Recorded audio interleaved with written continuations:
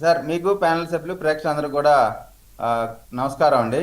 ఉమ్, దానికంటే ముందర జనసేన పార్టీ నాయకులు గౌరవ ఉప ముఖ్యమంత్రి వర్యులు పవన్ కళ్యాణ్ గారికి ప్రత్యేకంగా కృతజ్ఞతలు తెలియజేసుకోవాల్సిన నైతిక బాధ్యత తెలుగుదేశం పార్టీ కార్యకర్తగా నాకుంది. కారణం ఏంటంటే ఆ రోజు అక్రమ అరెస్టుతో ఎంతో తీవ్రమైనటువంటి బాధలో ఉన్నటువంటి తెలుగుదేశం పార్టీ క్యాడర్ మొత్తం కూడా బాధపడతా ఉన్న సమయంలో ఒక టాల్ పర్సనాలిటీని కనీసమైనటువంటి లీగల్ ప్రొసీజర్ కూడా ఫాలో అవ్వకుండా సహజ న్యాయ సూత్రాలకి విరుద్ధంగా ఎఫ్ఐఆర్ లో పేరు లేకుండా నోటీస్ ఇవ్వకుండా అర్ధరాత్రి అరెస్ట్ చేసినటువంటి సందర్భంగా ఆ రోజున ఈ రాష్ట్రానికి చంద్రబాబు నాయుడు గారు చేసినటువంటి సేవలు, చంద్రబాబు నాయుడు గారికి జరిగినటువంటి అన్యాయం పైన గలమెత్తి తెలుగుదేశం పార్టీ అధినేతను పరామర్శించడానికి వస్తున్న సందర్భంగా ఆనాటి ప్రభుత్వం అణచివేత ధోరణితో చేసినటువంటి పరిస్థితుల్లో ఆయన చూపించినటువంటి తెగువకు, ఆ తర్వాత రాజమండ్రి సెంట్రల్ జైలు దగ్గర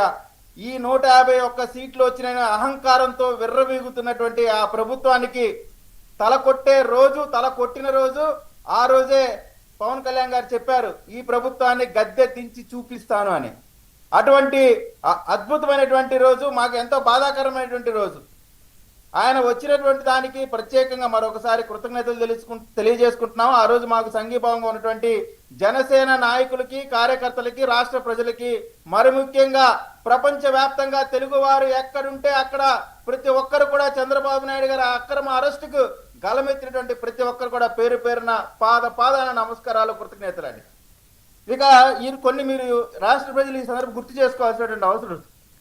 ఇది చూడండి, ఇది ఒకటి మొదటిది చంద్రబాబు నాయుడు గారి అరెస్టు. చంద్రబాబు నాయుడు గారిని జైలుకు పంపించినటువంటి సందర్భం, అరెస్టు చేసినటువంటి తండ్రిని చూడటానికి కనీసం చూడటానికి కూడా వెళ్ళనీయకుండా రోడ్డు పైన అడ్డుకున్నటువంటి కీచకులు చేసినటువంటి దారుణం. ఇక ఇది చూడాల్సినటువంటి అవసరం ఉంది. పవన్ కళ్యాణ్ గారిని ఏ విధంగా ఇబ్బంది పెట్టి ఆ రోజున ఆ నిశిరాత్రిని ఏ విధంగా ఇబ్బంది పెట్టారో, ఎంత అవమానకరంగా ప్రవర్తించారో ప్రజలకు మరి ఒకసారి తెలియాల్సినటువంటి అవసరం ఉంది. కాబట్టి ఇవన్నీ కూడా చూపిస్తా ఉన్నాం. ఇక మరొక ప్రముఖమైనటువంటి ఘట్టం ఇదిగోండి, చారిత్రక ఘట్టం. 151 నుంచి 11కి తల కొట్టినటువంటి అద్భుతమైనటువంటి సంఘటన. ఇవన్నీ కూడా ప్రజల మధ్యలో ఈ రోజు కూడా పోలేదండి, భవిష్యత్తులో కూడా పోవు కూడా.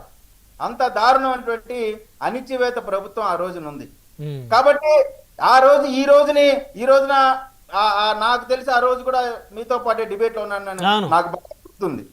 ఆ రోజు కూడా మీరు చంద్రబాబు నాయుడు గారికి జైల్లో పెడుతున్న ఇబ్బందులకి, ఆయనకున్నటువంటి ఇబ్బందులు బట్టి కనీసం ఒక ఏసీ, ఒక దోమతరన్న పెట్టాలి అని చెప్పి గలమెత్తిన మీరు ఆ రోజు నాకు బాగా గుర్తుంది. అరెస్ట్ నుంచి బయటకు వచ్చే వరకు కూడా మీరు సంఘీభావంగా నిలబడేటువంటి పరిస్థితి. అంటే యాక్చువల్గా మన మానవతా దృక్పథంతో ఆయన పెద్ద ఆయనకు ఉన్నటువంటి స్కిన్ డిసీజెస్ చాలా ఇబ్బంది పడుతున్నారు, డాక్టర్లు కూడా చెప్పారు. కాబట్టి అప్పుడు ప్రభుత్వం ఖచ్చితంగా ఒక ఎయిర్ కండిషనర్ కల్పించాలి ఫెసిలిటీ అని చెప్పేసి మనం ఆ రోజు మాట్లాడిన పరిస్థితి. అందరూ ఉండేవాడు, మానవత్వం ఉండేవాడు ఎవరైనా సరే ఆలోచన చేసేటువంటి సహజమైనటువంటి కార్యక్రమం ఆ రోజున మీరు మనం అందరం కూడా పోరాటం చేసినటువంటి రోజు. ఈ రోజున ఎవరు మర్చిపోవండి. మా గుండెలు పగిలిన రోజు, మా హృదయాల్ని గాయపరిచిన రోజు. తెలుగుదేశం పార్టీ కుటుంబ సభ్యులు మొత్తం కూడా మరొకసారి జగన్మోహన్ రెడ్డి రాక్షస పరిపాలనని తలకొట్టాలని చెప్పి మరొకసారి కంకణబద్దులై మరో స్వతంత్ర పోరాటానికి అందరం కలిసి సిద్ధమైనటువంటి రోజు. కాబట్టి ఈ రోజును మేము అంత ఈజీగా మర్చిపోలేం. శేఖర్ రెడ్డి గారు చాలా చెప్పారు, ఏదో స్వాతంత్ర సమరయోధులా ఏంటి అని. ఎస్, ఆ రోజు జరిగింది నిరంకుశ పాలన పైన జరుగుతున్నటువంటి స్వాతంత్ర సమరయోధుడే. స్వాతంత్ర సమరయోధమే ఆ రోజు జరిగింది. అప్పుడు జరుగుతా ఉంది బాబు షూరిటీ భవిష్యత్తు గ్యారెంటీ అనే కార్యక్రమం జరిగితే ప్రజల్లో వస్తున్నటువంటి స్పందన చూసి భయపడి బెంబేలెత్తిపోయినటువంటి పరిస్థితి. ఒక పక్కన మా యువనాయకుడు యువగలం పేరుతో రాష్ట్రం మొత్తం కూడా చుట్టేస్తా ఉంటే, ప్రజలు బ్రహ్మరథం పడతా ఉంటే బెంబేలెత్తిపోయినటువంటి ప్యాలెస్ లోని పెద్దలు చేసినటువంటి కుట్ర ఇది.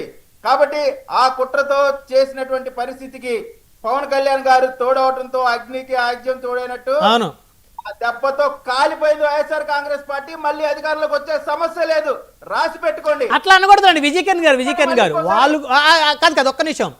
జగన్మోహన్ రెడ్డి గారు కూడా నేను 30 సంవత్సరాలు ముఖ్యమంత్రిగా ఉండాలని అనుకున్నప్పుడు అందరూ వ్యతిరేకించారు. ఆశ ఉండొచ్చు, మరి అంత అత్యాశ ఉండకూడదు. ప్రజలకి మీరు మేలు చేస్తే కూటమి ఖచ్చితంగా మిమ్మల్ని ఈసారి ఇంకో 2 సీట్లు అదనంగానే ఇచ్చి మిమ్మల్ని అధికారంలో కూర్చోబెడతారు. కానీ వాళ్ళు రారు అని మనం మాట్లాడటం ఏదైతే ఉందో అది కాస్త ఎక్కువగా మాట్లాడినట్టు అనిపిస్తుంది. వాళ్ళలాగా అహంకారంతోనో అహంభావంతోనో చెప్పట్లా, కారణం ఉంది దానికి. మీకు 11 సీట్లు ఇచ్చినప్పుడు అసెంబ్లీకి వెళ్లకుండా ఈ రోజున కాకమ్మ కథలన్నీ కూడా చెప్తా ఉన్నారు, డిబేట్ లో కూర్చొని ప్రెస్ ముందు కూర్చొని. మీకు ఇచ్చిన కనీస బాధ్యత చేయడం చేత కానీ మీకు మరొకసారి ప్రజలు ఇచ్చేటువంటి అవకాశం లేదు. మాకు ప్రతిపక్ష హోదా ఇచ్చినప్పుడు ప్రతిపక్ష పార్టీగా మేము చేయాల్సిన ప్రతి కార్యక్రమం చేసాం. 23 మంది ఉంటే ఏందండి, పులుల్లాగా పోరాడాం. 151 మంది ఎమ్మెల్యేలకి ఉత్త పోపించాం. అల్లాడప్పగా రాజకీయం చేయదు తెలుగుదేశం పార్టీ. భాష బ్రహ్మనాయుడు గారు భాష మీరు ఆపుతారా? నేను ఆపాలా? ఉత్సాహించాలంటే బాగోదు. ఉత్సాహించండి, నేను చాలా వదిలేండి, గౌరవంగా మాట్లాడుకోండి. బ్రహ్మనాయుడు గారు మీరు ఖండించారు. ఆగండి సార్, ఒక్క నిమిషం ఆగండి, ఖండిస్తున్నాను, ఆగండి, మీరు కంగారు పడమాగండి. విజయ్ గారు, మీ ముఖ్యమంత్రికి మీ లోకేష్ కి వైఎస్ఆర్ కాంగ్రెస్ అందుకే భయపడిపోతున్నారు. అరే సిగ్గు లేకుండా మాట్లాడమాక.